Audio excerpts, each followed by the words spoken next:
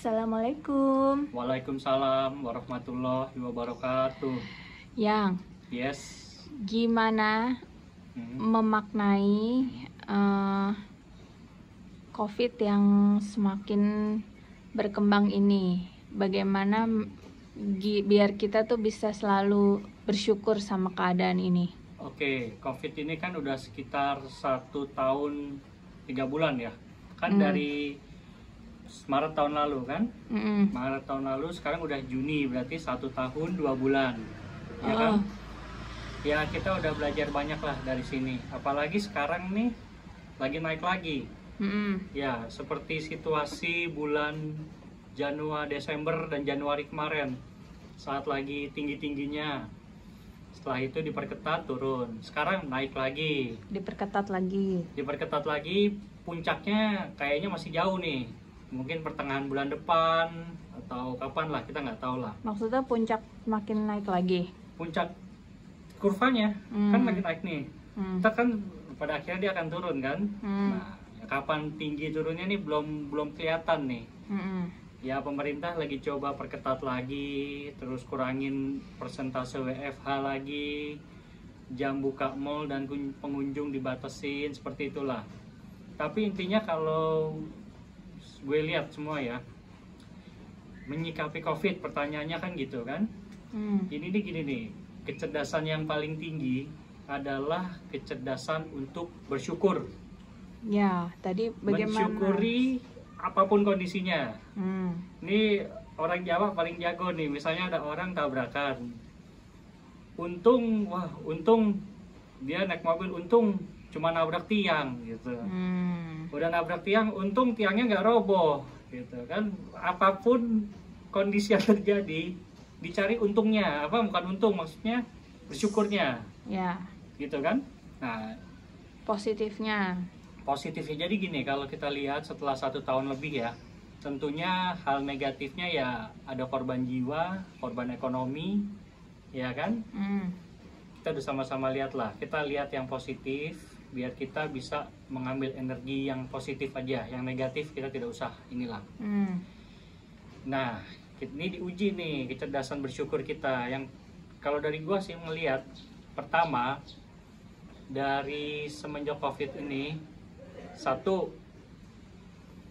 pertama itu kalau dari sisi pekerjaan, yang dulunya orang berburu nafkah, pergi pagi, pulang malam, macet, stres, sekarang work and life balance lebih bagus, ya kan?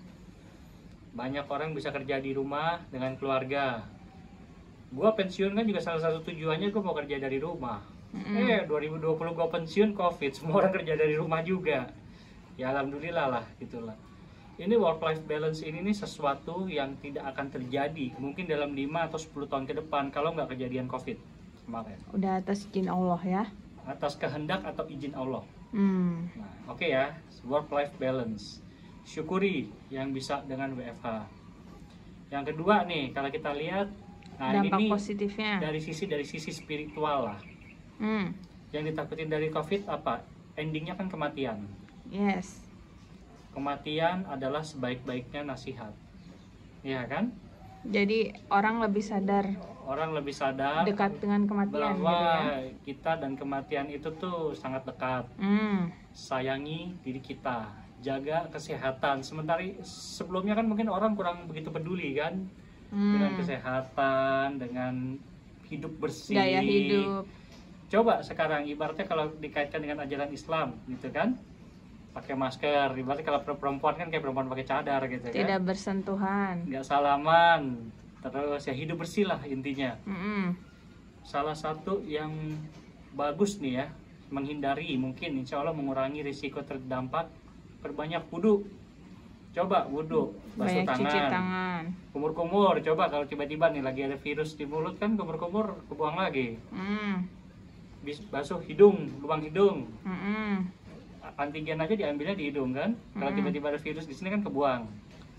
Dan juga ya, yang lainnya dibasuh gitu loh. Ya tentunya ya kita nggak tahu COVID ini kehendak Allah atau izin Allah gitu loh. Kehendak atau izin beda. ya dua-duanya lah. Beda. Nah ini nih misalnya nih, Misalnya toh kita juga melihat kan dampak yang positif lainnya kemarin pas lagi ketat-ketatnya itu, langit, kualitas udara dan lainnya menjadi semakin bersih, iya kan? Lihat nih, habis hujan nih, langitnya lumayan bersih nih. Padahal udah, tapi agak mendung sudah nih, mulai aktif lagi. Habis hujan, ya kan? Terus ya tentunya banyaklah dampak baik. Anak belajar di rumah, lebih dekat bondingnya dengan orang tua ya. Dan emang banyak orang tua yang stres, tapi pada akhirnya kita harus ambil satu pelajaran yang perlu. Akhlak lebih penting daripada ilmu. Akhlak, karakter lebih penting daripada nilai-nilai di buku raport itu. Kenapa? Orang tua fokus misalnya akhlak nih, dari awal mengajarkan bahwa menjadi cerdas itu penting. Jadi nggak usah stres ngajarin. Orang tua stres itu yang kalau gue, ya kita emang bukan orang tua, cuma kan gue banyak dapat masukan dari orang cerita kan. Orang tua stres anak belajar di rumah karena orang tuanya terobsesi anaknya pengen nilai bagus. Coba kalau pasrah gitu loh, kamu belajar yang benar, kamu mau jadi apa, tanggung jawab. Walaupun anak kecil nggak semuanya bisa dibilangin ya. Tapi kalau yang udah gede-gede kan, SMP, SMA nggak bisa dibilangin, kelewatan kan, berarti kan salah, ada yang salah gitu loh. Nah itu kan salah satu dampak orang tua jadinya nih. Jadi anak diajarin jujur ya dengan WFH, jangan pakai Google gitu ya. Gitu loh, iya kan? Nah, ya ini kan banyak positif, hal-hal positif yang harus kita ambil dengan kecerdasan bersyukur kita yang harus kita tingkatkan. Gitu. Yang pasti gini, sekarang kan naik lagi nih. Ya sudahlah, mobilitas kita kurangin walaupun. Nah, itu pertanyaanku selanjutnya. Gimana? Apa yang harus kita lakukan gitu dengan ini naik? Yang pasti gini, mobilitas kalau pemerintah kan menyarankan 5M ya. 5M lah, pakai masker, cuci tangan, jaga jarak, menjaga mobilitas, mencari vaksin, berburu vaksin. Menjauhi kerumunan. Ya kan? Menjaga imun dan iman. Yes. Nah, itu aja lah yang untuk menyikapinya ya. Oke deh. Ya udah. Stay positif ya. Stay positif dan ingat, pertolongan hanya datang dari Allah.